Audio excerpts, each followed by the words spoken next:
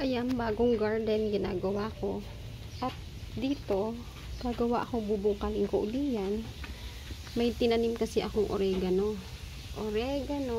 Gamot sa ubo. Pagdating dito, may tinanim ako. Ito ay ampalaya.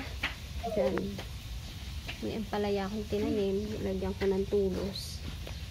Tsaka ng okra. Yan. Bubungkalin pa natin yan. Yan. Gumawa akong parang garden.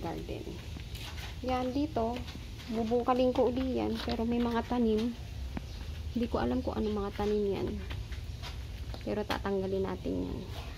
Yan. Gawa natin ng garden. Yan. Kasi dito, meron nang nakalagay na yan. Malunggay. Kasi yung kabilang bakod, puro saging. May bunga. Tapos, yan. Nasa bubong na, lumagpas na. Saging din. Yan.